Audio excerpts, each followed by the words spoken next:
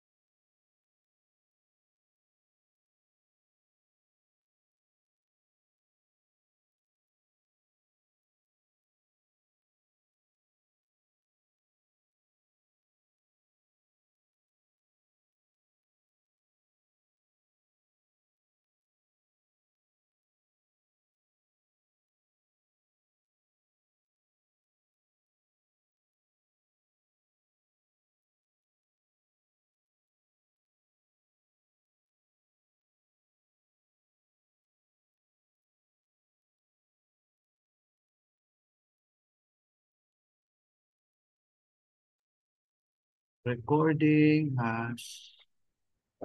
Okay. Sige, so let's proceed sa footing, foundation design. So ito yung ating start file. And then, before that, kung sabi natin nakaraan, di ba kapag beam ang i-design natin, anong force ang kinoconsider natin? Well, since this is your local Z, this is your local Y, di ba? Ang force dyan is, you have your MC. It's the strong axis moment. And yan yung ginagamit natin uh, ina-equate sa PRBT square. Yan yung ina-equate natin. Then you get the ratio of reinforcement and AS. Okay?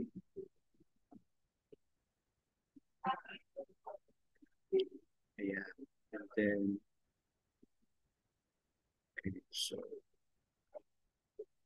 and MC, no? Pag beam, no? Pag beam, if it's a beam.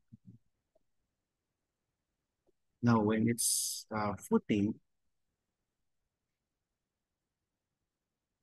if it's a footing, sorry, if it's a column, sa column naman, since ito Z, for example, ito ang Y, ito ang X, what we need is, of course, the action force, which is normally compression, Fx, then yung dalawang moment. Sorry. Mz and kailangan natin. Then, di ba, binabangga natin sa sa interaction diagram.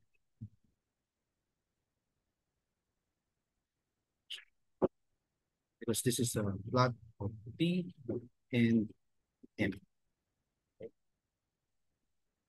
Now, what about if it's a foundation? Okay.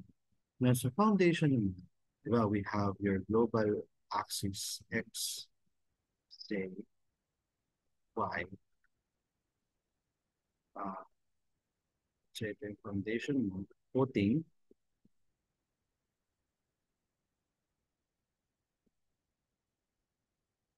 You refer to the global axis.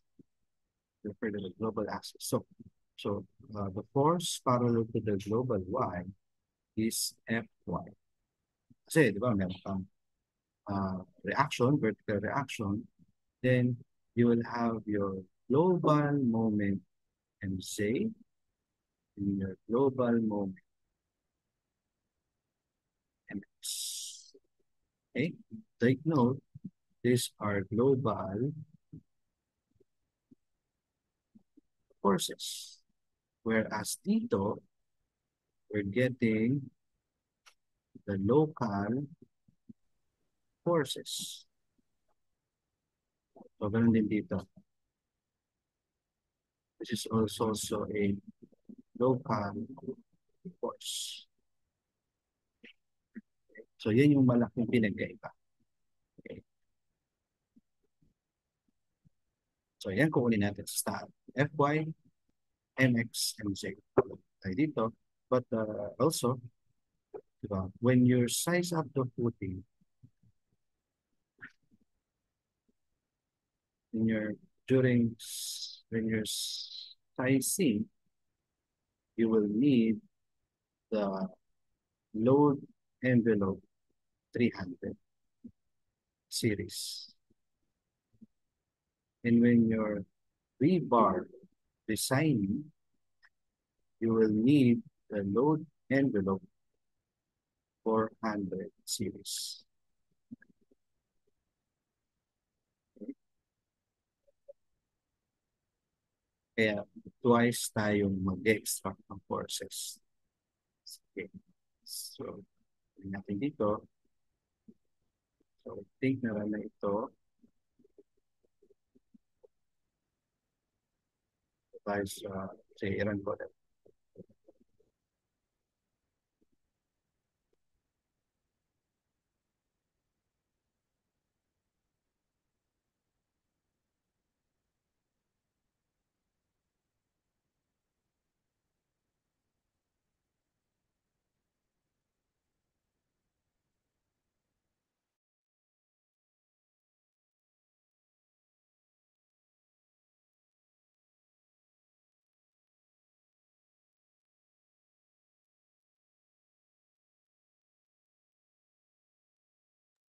Okay, then post-processing, yan. So sabi natin, unahin natin si envelope 3,000 or load case 300. And then sa range, no need to filter kasi automatic. Kunin natin reaction. So, click OK.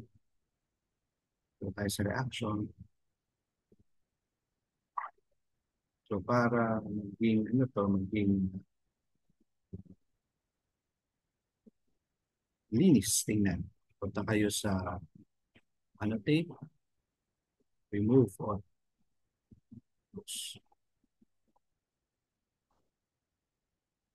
Then tayo sa summary.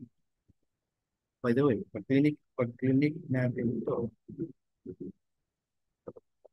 click ko yung corner, you should magre-red dapat lahat ng nodes, lahat ng supports. Kasi wala naman tayong filter out. Pero sa summary, natin ito, okay, para mas malinaw, you can remove the supports. So Shift S. Yeah. Ibig sabihin, for example, when I take maximum Fy, so ito yung nakaka-experience ng maximum vertical reaction.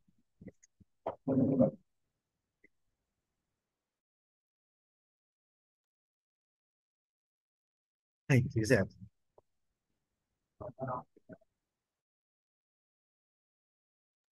So ito yung vertical reaction. Then it's maximum Fy.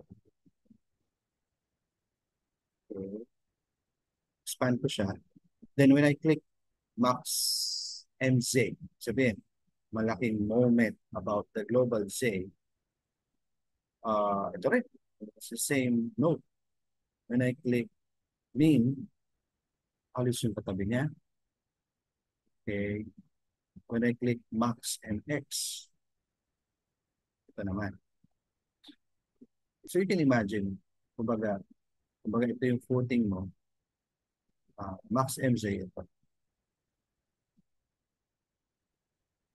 Because, kasi, what will cause a max MZ? Siyempre, yung earthquake on this direction. So on that direction,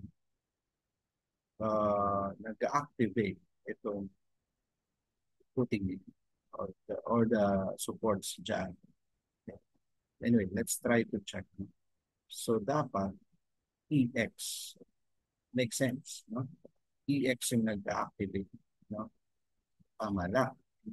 Then sa MX naman, because the mx is on this direction. So that means ang mag-i-induce niyan ay earthquake on the z direction naman. Right? Kasi nga about x pero along z direction. So tingnan natin ang x. Tama. So it makes sense. Right? That's how you observe yung behavior ng building ninyo. No? Dapat consistent. Okay, okay now. Sige, so pwede kayong mamili muna no, doon sa project nyo. I would suggest na either MX or MZ ang piliin. So let's try to choose. So, click ko to. Um, Copy. Tayo na Excel.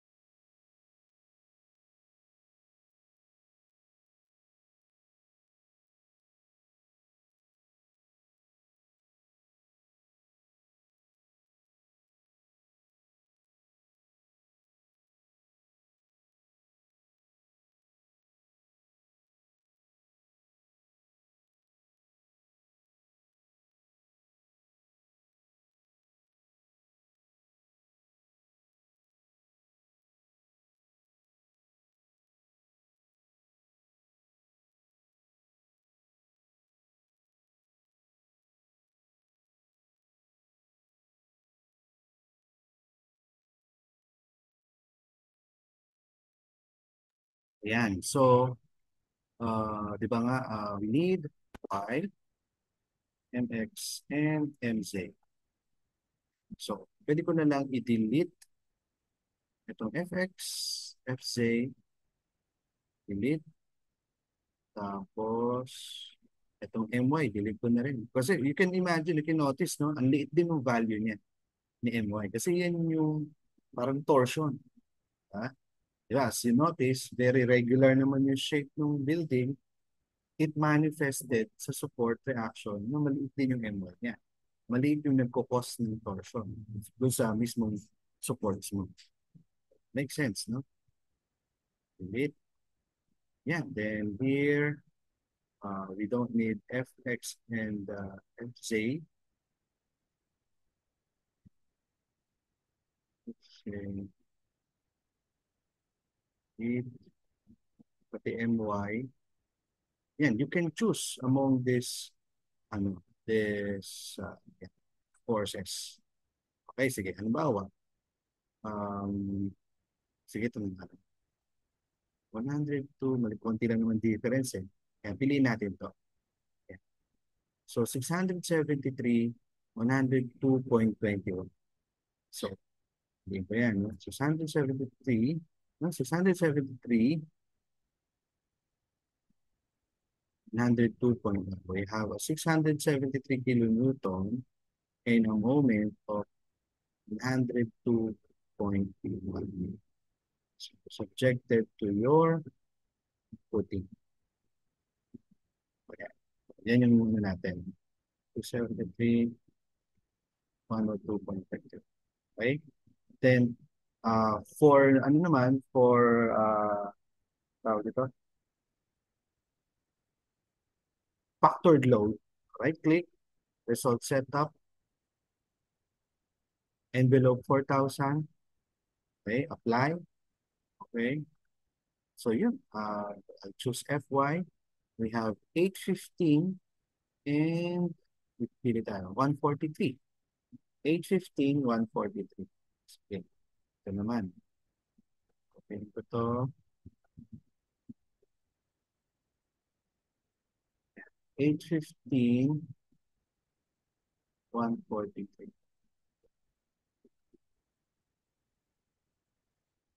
815, 143. Yan yung moment.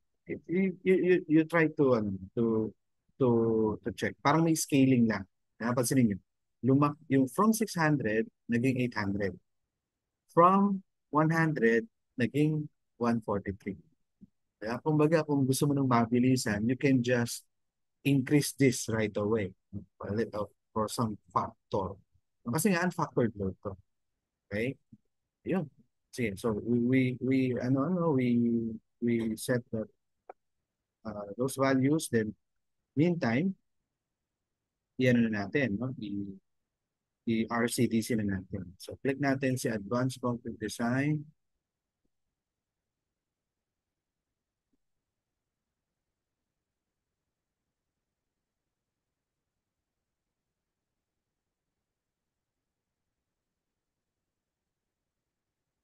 RCDC, SEM,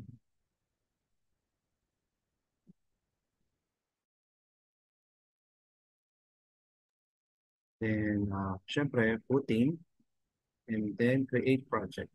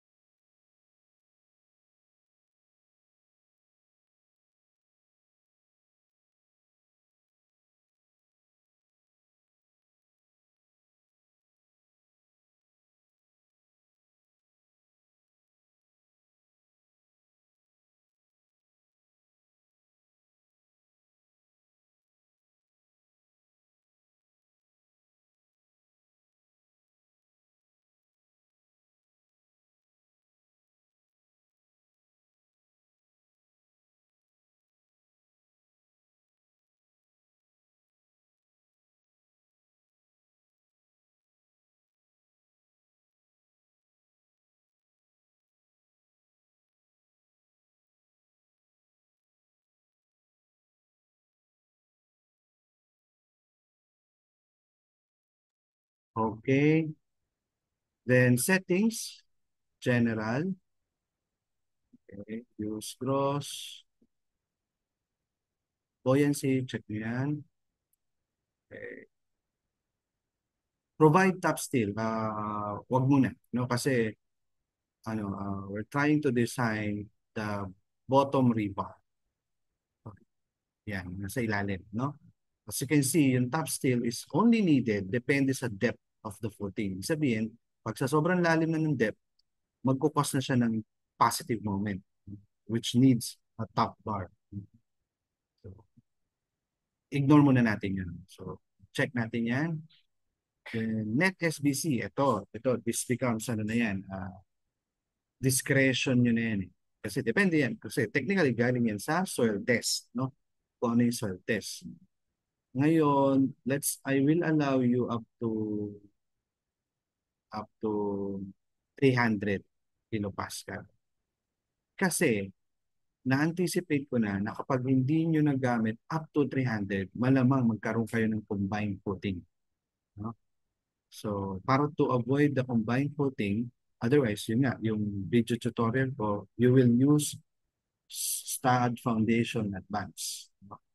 So, to avoid using that another software, i-allow ko ngayon for the meantime na lakihan yung soil bearing capacity niyo para ma-ensure na isolated footing lang.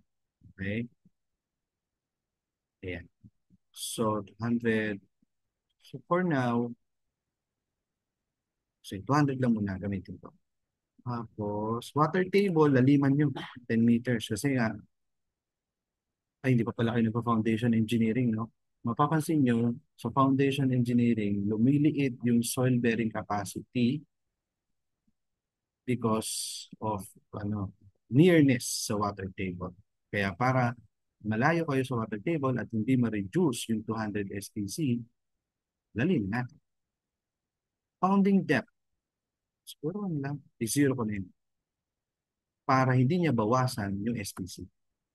Ayaw pala. 0.5. Dita ko lang. Okay. Permissible loss of contact, siyempre, 0% natin to avoid uplift.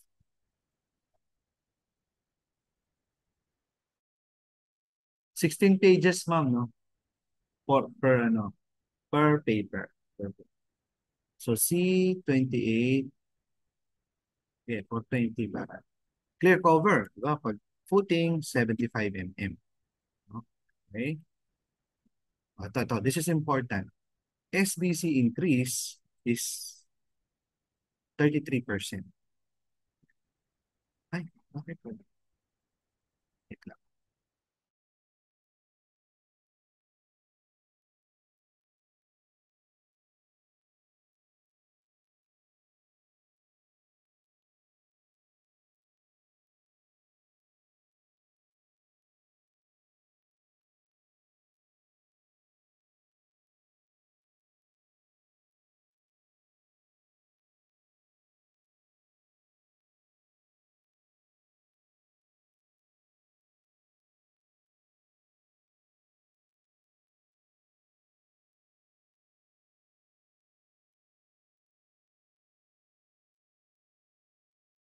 Wait lang. Ha?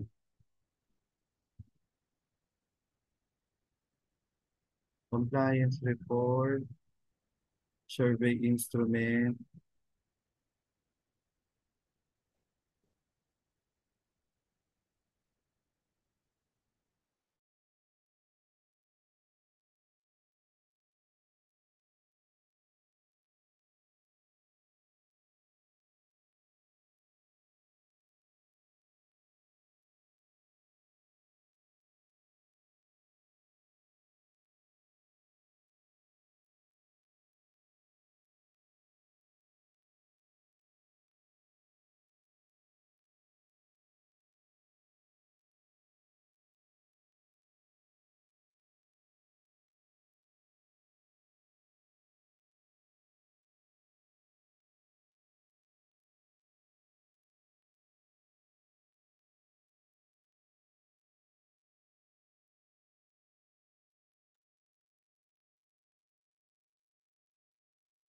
So, okay. Settings.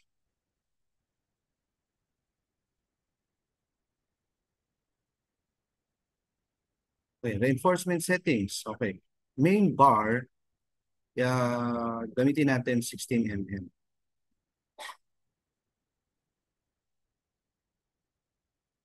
Tapos, ilang story dito. Kasi kaya to. 16 mm. Click OK.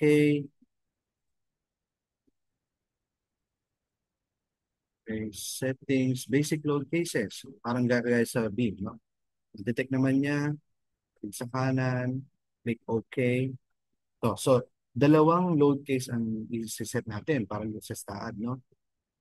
Mapapansin nyo, design tab, series 400 yan. So, add from analysis, no. So, ang may check lang, series 400. So, yan. So, all the way hanggang 313, right-click and select. That means, ang may check lang hanggang 411. Okay? So, then let's proceed sa sizing. Ang add from analysis natin dito is only series 300. So, 119, hanggang 216. Okay, unselect. Tapos, ito, unselect din to. Click OK. So, save na natin. And then, okay, let's run this. So, tapos, pipili tayo ng isang node, which is, ang pinili natin ito, di ba? Yung C22 yata, yung C23. Yan. Okay? So, yan. Ito yung kinuhaan natin kanina. C22 or C22. Yeah. So, from here, ang hanapin natin yung design ni C23, for example. 2 by 2, while C22, ayan, same sila. So, ito tayo sa reports, detailed drawing, C22. And check natin lahat. Pati na rin si C22. Click OK. Ayan. So, ito, 2 by 2 by 3. 16 at 250. Click that.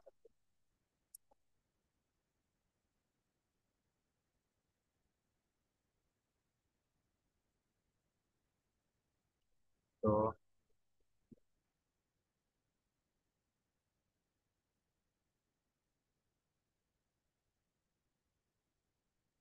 next is yung ano niya, yung elevation.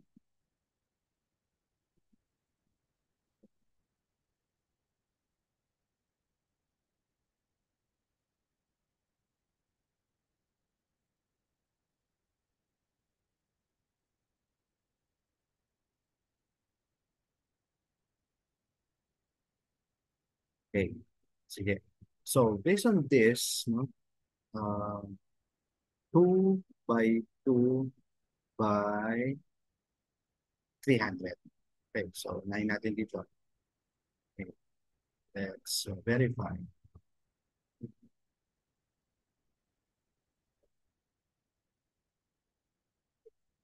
So, first, yeah. So, di ba, ang allowable natin, SBC, is 200. Okay. So, magkano tayo? P over A, so, it should be 200 should be greater than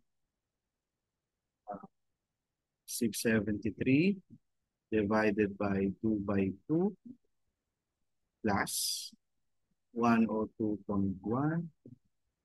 So 6m over BD squared. So D squared. Yan. So dapat uh, less than ano siya, 200 kPa. Okay? Sige, kindly check, kindly compute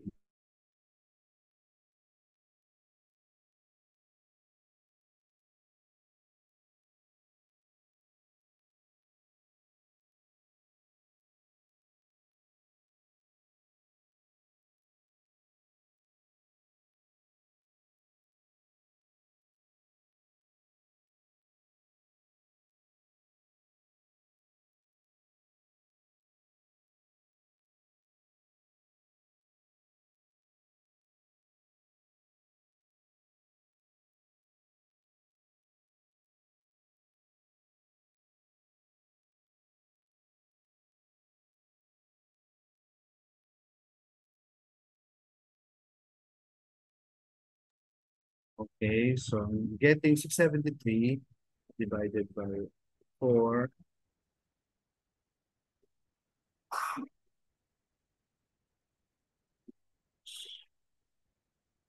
Tama ba? Wala, 244. Okay, wait. So I'm getting 244. Wait lang ha. Wait lang. So, uh, yeah, although 244 siya, but remember, no? Remember, doon sa RCDC natin, meron tayong increase of 1.30. Di ba, may 33% tayo. So, 200 times 1.32 is 266. Therefore, okay. So, ibig sabihin, enough yung 2 by 2 na area to cover, to resist or to carry this load. 673 kilonewton in 102.1 coming from load series 300.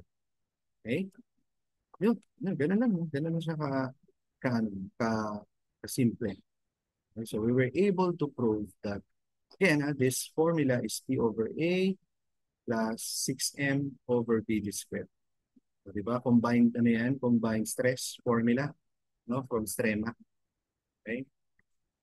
We were able to prove that the size of the footing was able to carry the, the required loading. Okay? Next, ito nang medyo mas complicated, no?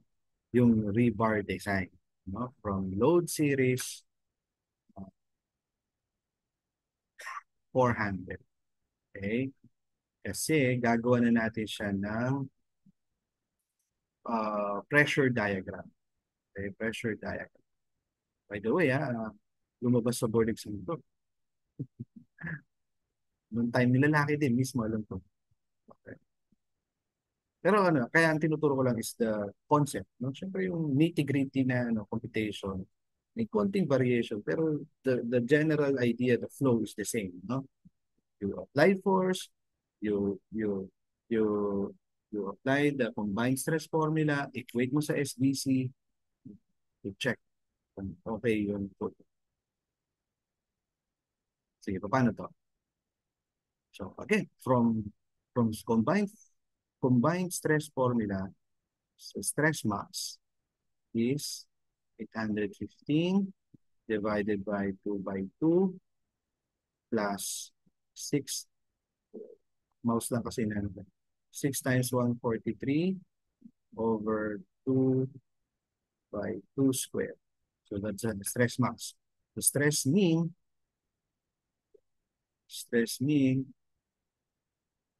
hindi ano.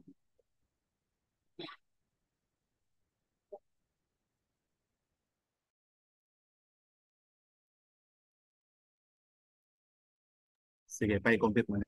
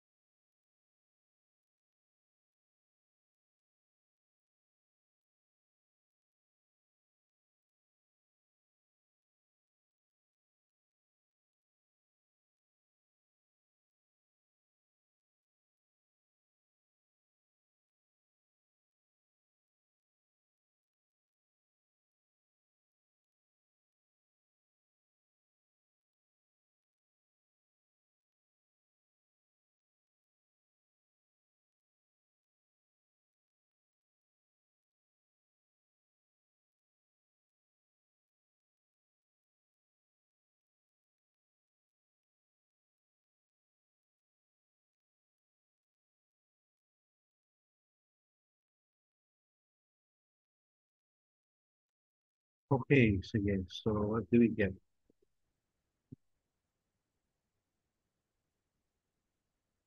203, 204 ko na lang.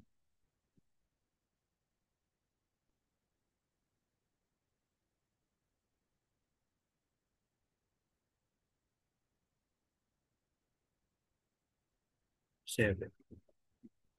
So in short, I'm having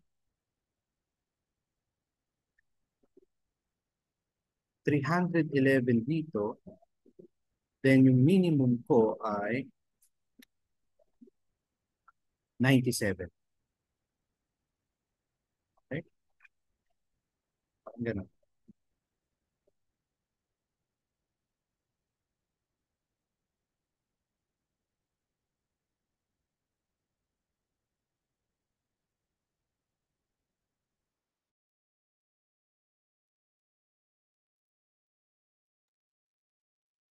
Yeah. So yan yung pressure diagram.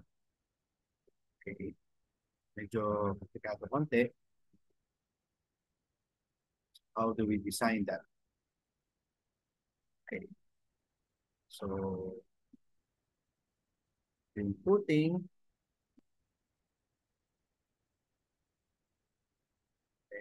then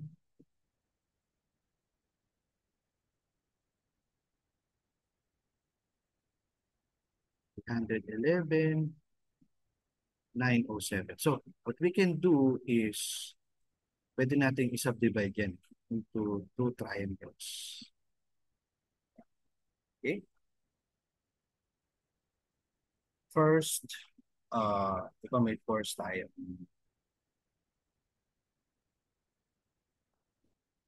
We need to check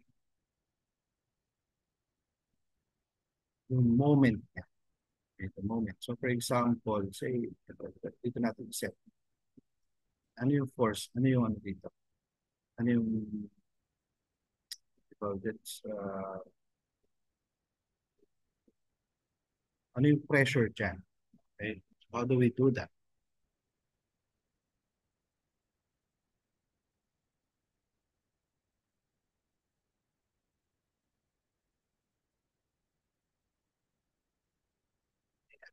So pwede tayong mag-ratio and proportion. So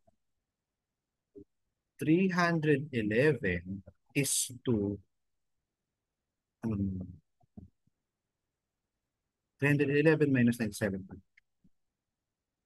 214 pala doon. So this is 214. So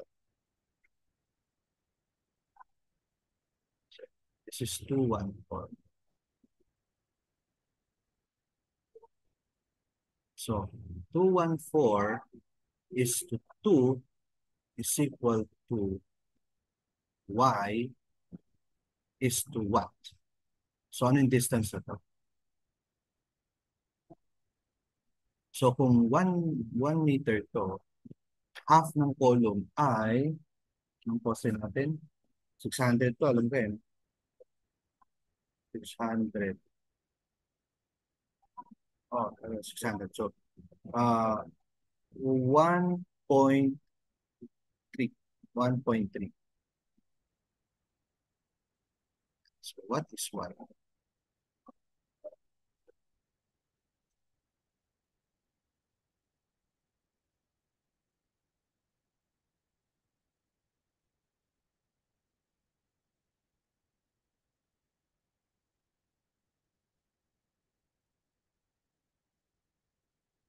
Getting 139. Yeah. So, 139.1. So, kumbaga po, ita-trapezoid natin siya. So, this is 311. Ito ay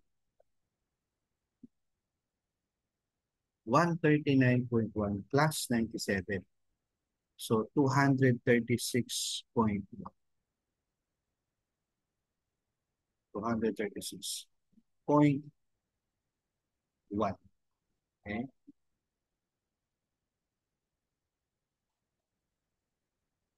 Okay lang.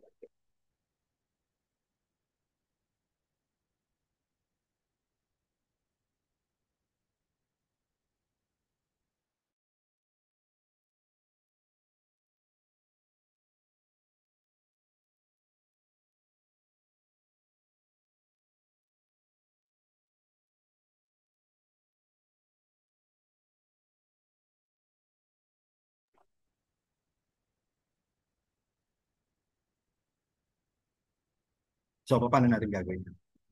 Madali lang yan. Yun nga, doon ka mag two triangles. Diba? Okay? So, moment is equal to, this is area 1, this is area 2. Diba? So, 1/2 times 311 by, ano yung distance na to? So, 2 minus 1.3, 0.7. So, 0.7. Right? So, ang value nito ay kilopascal, kilonewton per square meter. This is meter. Pag minultiply mo yan, kilonewton per meter pa. Okay, paano na naman siya magiging kilonewton? So, multiply mo naman siya sa width. No? Ito, may width yan, which is 2 meters. So, kilonewton na. So, paano naman siya magiging moment? The lever arm is is 2/3 of 0.7. Diba? 2/3 of 0.7. Okay? So that's for area 1. Plus, for area 2 naman, 1/2, 236.1 times the distance, 0.7, times the width, 2 meters, times the lever arm, 1/3 of 0.7. 1/3 of 0.7. So that's it. Yan yung moment. Okay? Yan yung gagamitin mong uh, moment for design. Sige. So, kindly solve.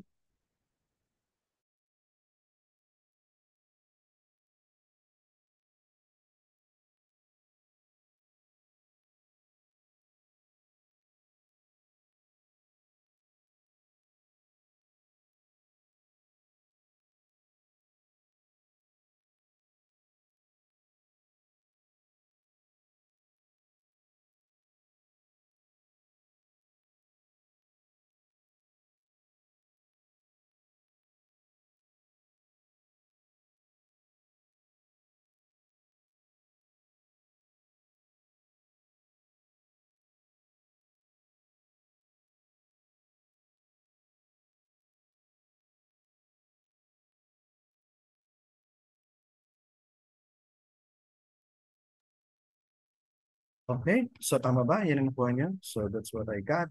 101.6 plus 38.6. I'm getting 140.6 kilonewton meter. Okay? So 140.16 PRVD squared. So 140.16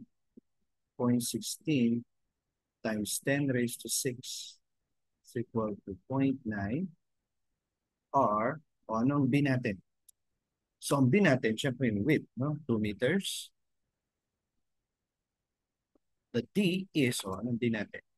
So since 300 yung, niya, yung H niya, so D is equal to 300 minus 75 minus half ng 16.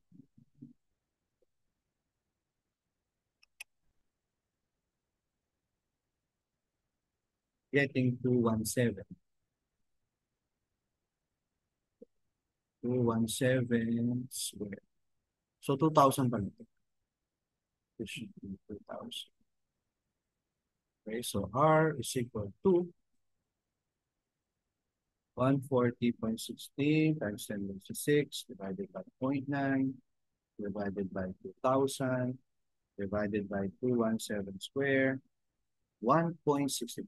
So, dito pa lang, no? May manifestation. Ang liit ng R. Manifestation yan na mababa ang rho. So how do we get the rho? So, yung in-assume natin sa RCDC, I think 28 megapascal, while Fy is 420. So, rho is equal to 0.85 Fc prime for Fy, square root of 1 minus square root of 1 minus 2R over 0.85 Fc prime.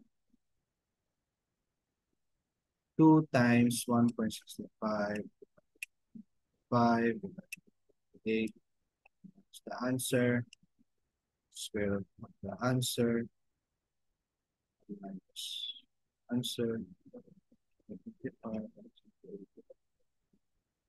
Getting 0.00, check nyo ako baka nagkakamali ako. 0.0041. Okay? Liit, no? So let's compare. What is rho mean? Rho mean is 1.4 over Fy. So 1.4 divided by 420 is 0.003.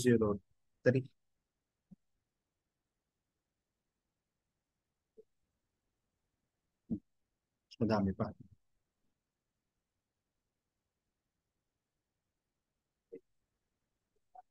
So dahil mas malaki ito, mas malaki siya.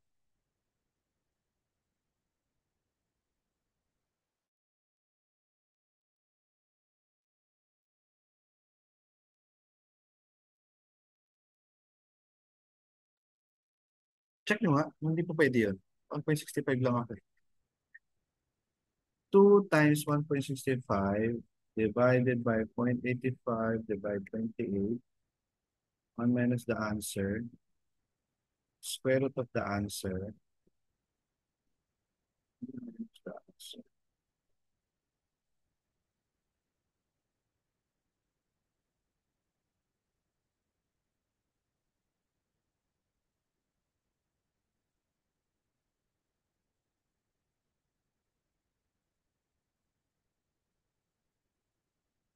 Sige, okay lang. Anyway, 0.004 is too little pa rin.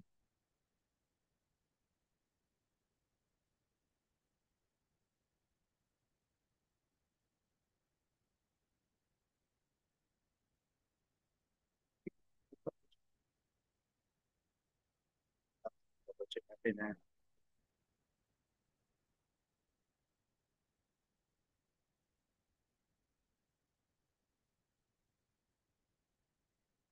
Where is beam design?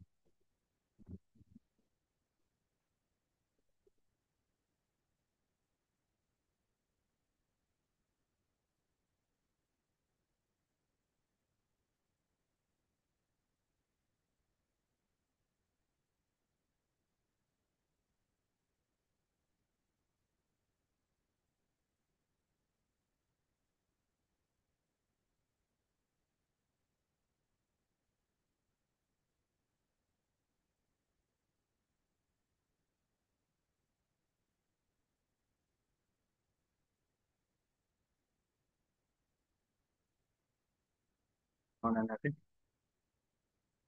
140.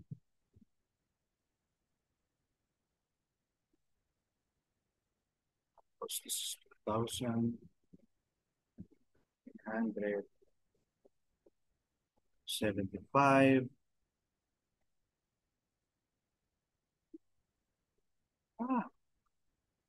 Minus 8.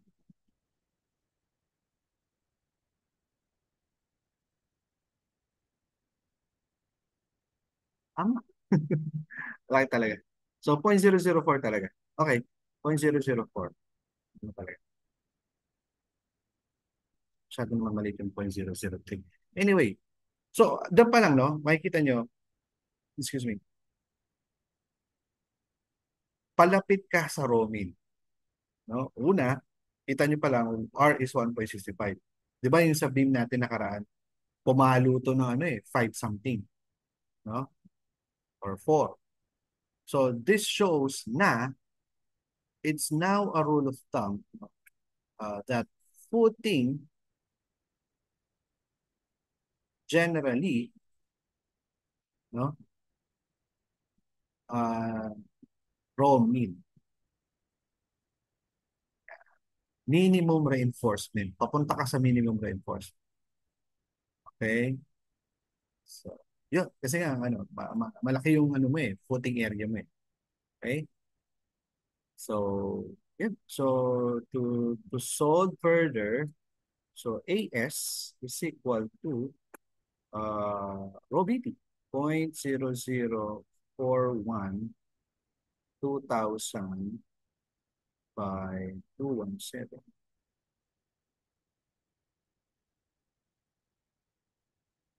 Then meron pa ako isang formula. Uh, spacing is area bar over AS times the width, 2,000. Okay?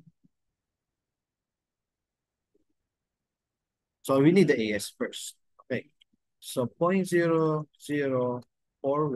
times 2,000 times 217. 1780. 170. So applying this formula, 16 mm tayo, di ba? So A bar, 16 mm ay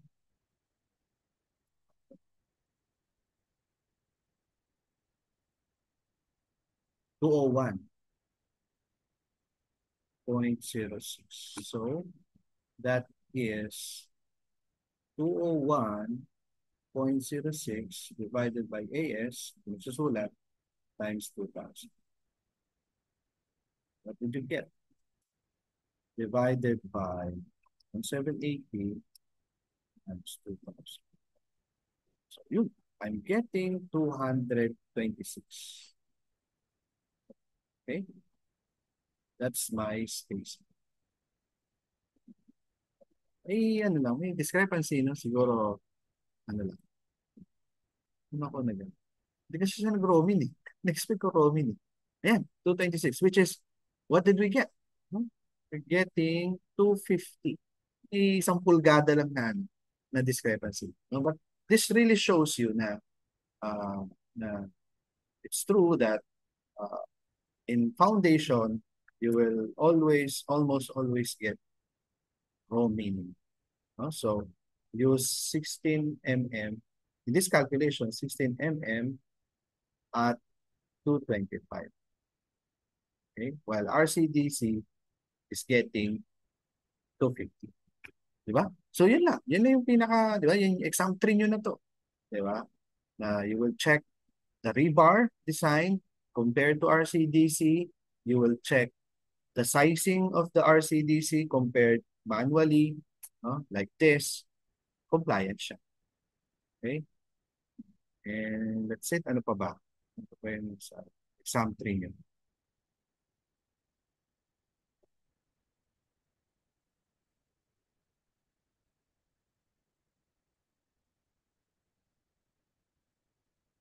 Wala pa yata yung thickness dito eh. And so nagamit natin both the allowable forces and the factored load. Yeah. So, ito naman sa rebar design. Okay?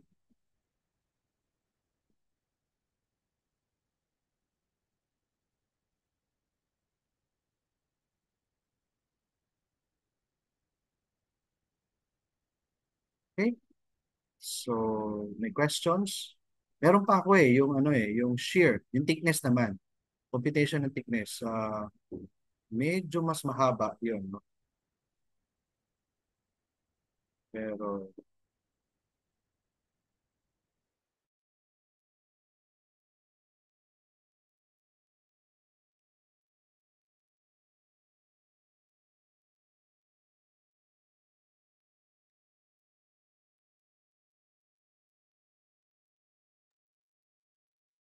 sige. So, ano, quickly, no? Let's try, no?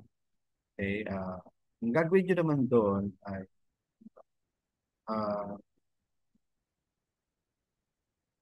sa isolated footing kasi, tapos square, pwedeng mag-govern ay, diba, ito, plan-wise ha, plan-wise. May dalawang possible scenario. Ang mag-govern ay yung tinatawag nilang wide beam shear or yung punching, the punching shear. Kumbaga, yeah, yung punch, no? So, uh, the, we call this, to penetrate at that area. A general rule is kapag rectangular footing, wide beam shear. Attendance exam, mas malapad eh. So, sobrang lapad ng isang side, yun yung mag-fail, okay? Sige. For now, let's do the wide beam shear. Medyo matrabaho itong itong punching, no? Kasi square, consider mo square. So sa wide beam shear, madali lang naman, no? So from the pressure diagram na meron na tayo, this one, i-extend mo lang siya. No? For example, this is D. Di ba naaral nyo sa shear, ano, di ba yung pag may shear, you go at the distance. No? Kasi 45 degree eh, di ba? So ganun din dito.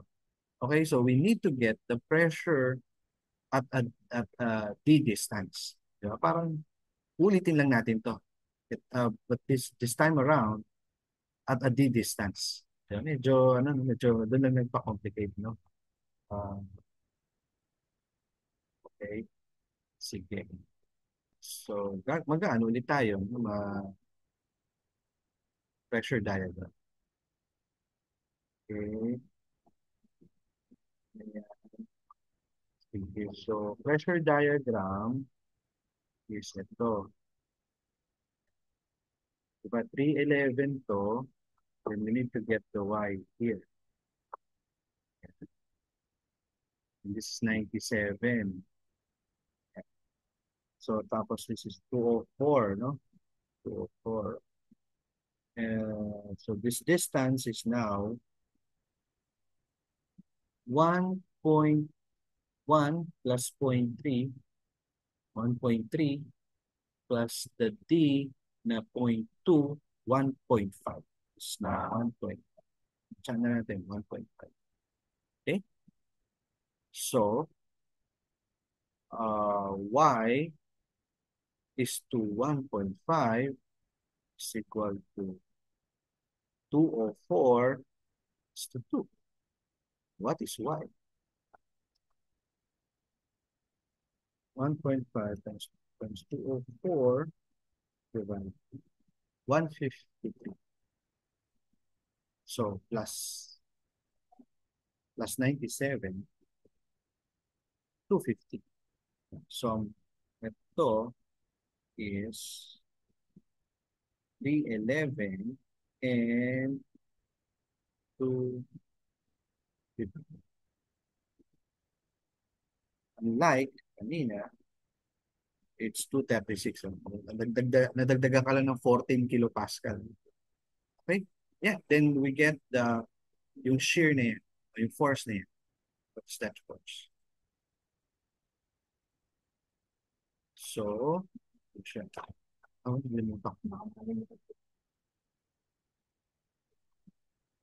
yan.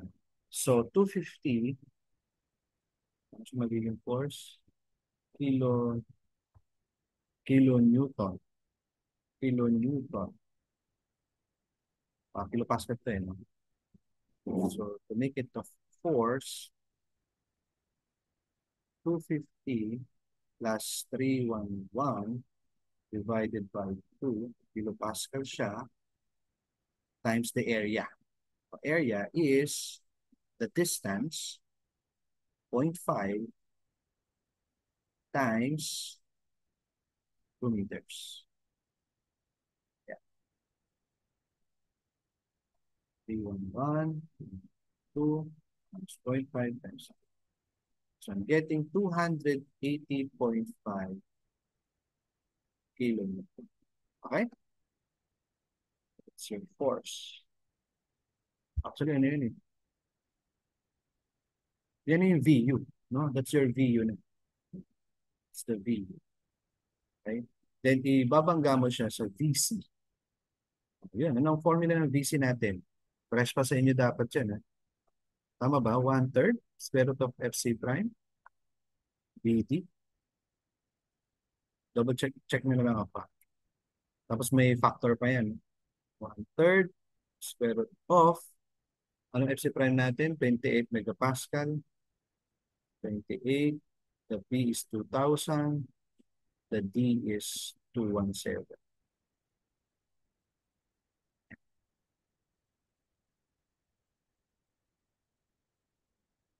So, ibig ko sabihin dyan is, we're trying to find the strength of the concrete at that thickness. Yung shear strength niya at that thickness. Okay?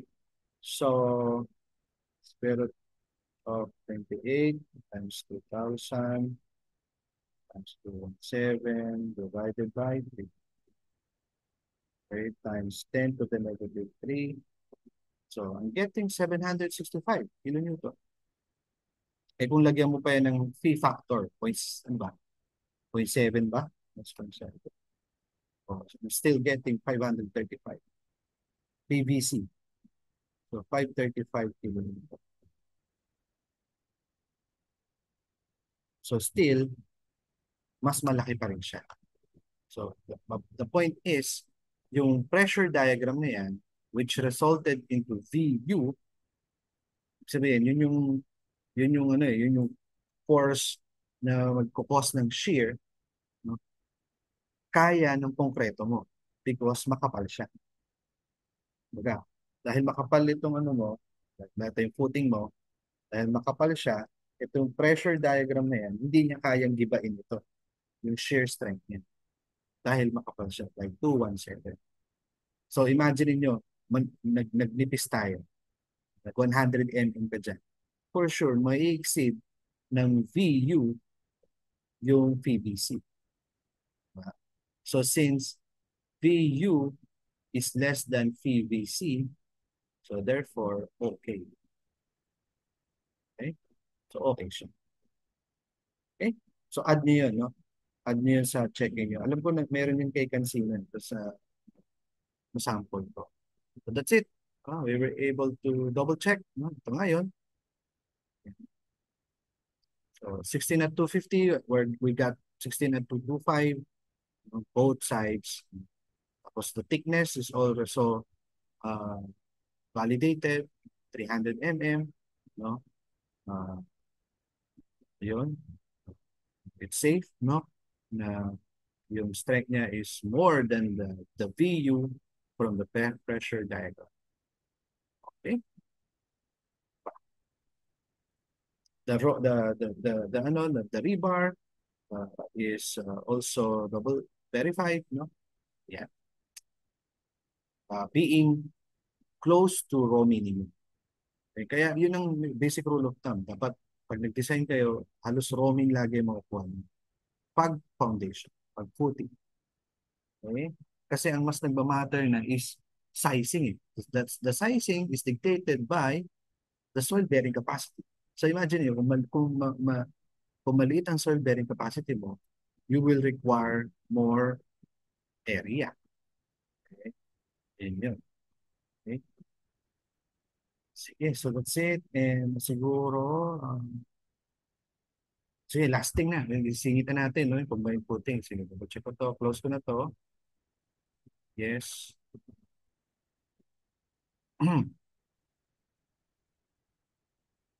Sana ma-open ko yung SFA. No? Pero tayo sa foundation design. So, okay. So, foundation design is, so pipiliin ko lang yung series 300 hanggang 400. Include stud foundation of flats.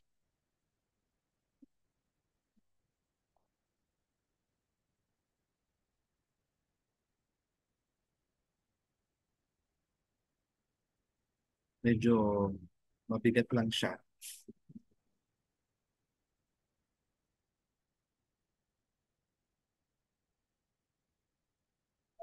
So again, gagawin yung combined footing kapag nakita nyo doon sa design natin kanina, nag-overlap na sila.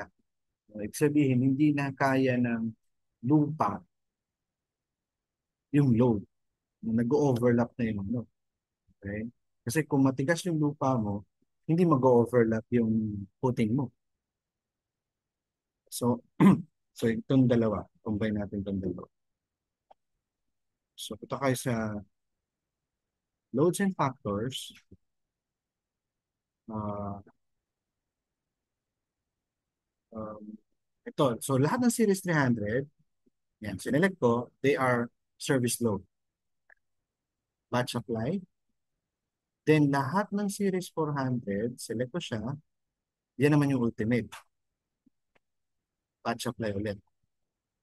Okay? Next, punta ka naman sa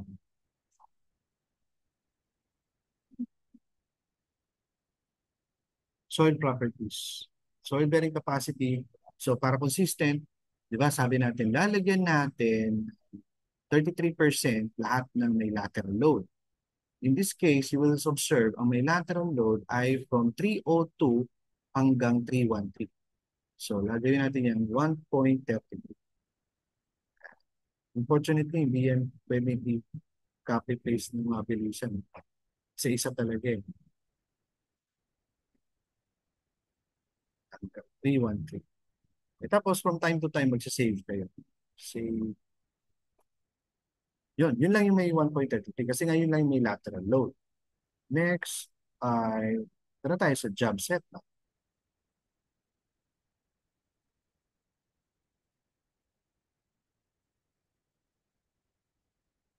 Job setup, create new job. Siyempre, combine footing yung pipiliin natin dito. Combine na lang. Okay. Job name. Ito is combine. Tapos, siyempre, unit mo ay SI, no? Assign to all supports. Tapos, siyempre, dalhin mo lahat dito. Tapos, I think pwede na yata ako mag-select. So, try ko, mag-select na itong dalawa. Tapos, create job.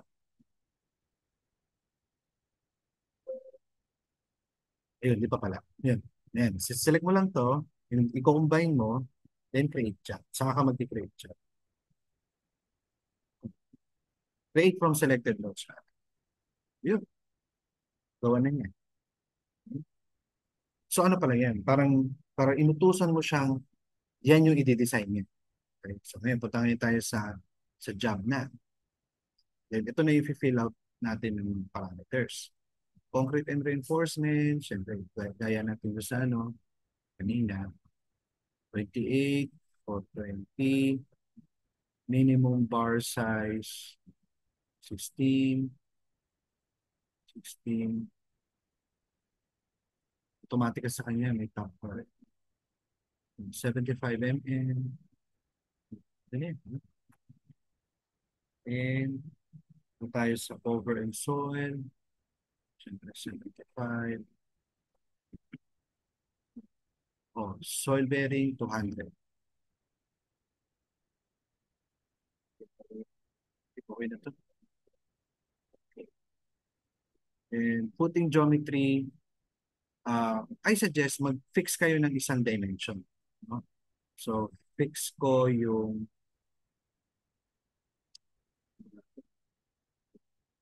fixed width. Yes. Yes. Tapos, bali ang mag-a-adjust yung length. Kasi, ma-anticipate mo na yun. Pwede kang mag-fix na dyan. Kasi pag binote varying mo, ano na yun? Hanggat maaari kasi may designer's intervention or discretion. Okay. Set na kita sa this way. Kaya dapat nagmamanual ka pa rin, no? Gaya ng ginagawa natin. So yan, minimum width is, magbe-base ka ngayon sa center to center mo. Let's say 3 meters to. So kung 3 meters yan, may 1.5 ka na distance. So 1.5 times 2, pwede ka mag 3 meters. So okay na itong 2.5 siguro. Minimum thickness. Yan, magti 300 ka. Masyado malaki yung 500 agad. So, hayaan lang muna natin yun. Yun, at least nag-fix tayo ng wing. Then, save.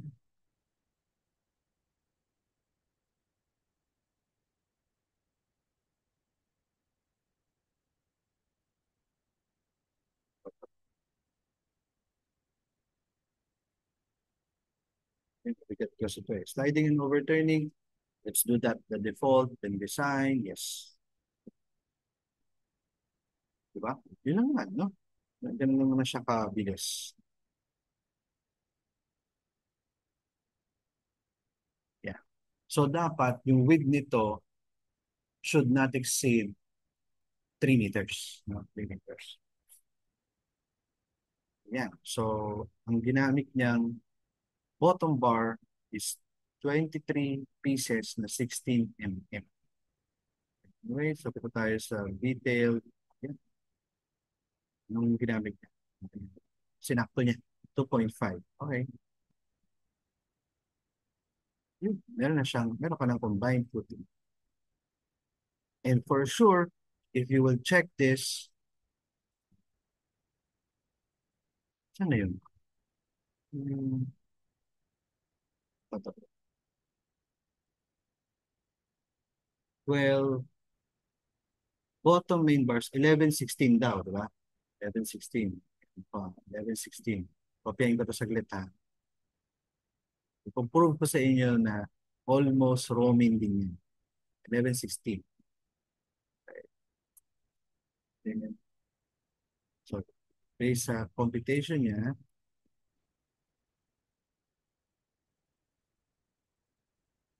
kasi hindi siya by spacing eh, by counting siya eh. So, draw. So, 11-16 daw ito. Ay, hindi kita. 11 pieces. So, how do we do that? So, you have to, kumbaga ito yung cross section. Yeah. Tapos, ito yung mga rebar mo.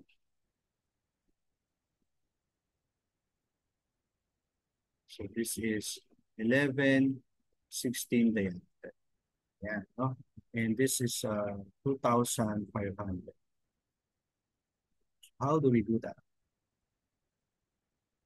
So spacing is equal to 25 minus, may dalawa kang 75, so 150. Ano pa ba?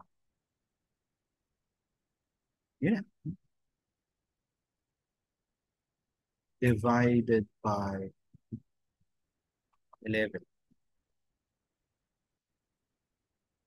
25 minus 150 divided by 11. Yun. I'm getting 213 or roughly 210. Diba? So, 16 at 210. So, how do we know na roaming siya? So, kung set natin 210 and the formula is area bar over AS times the width, which is 2,500, knowing 16 mm is 201, you can get AS. So AS is equal to 201 divided by 210 times 2,500, and getting 2,393 millimeters squared. Right? So what's the raw of that? So AS over BD divided by 25 divided by 2.7, getting sakto 0.00.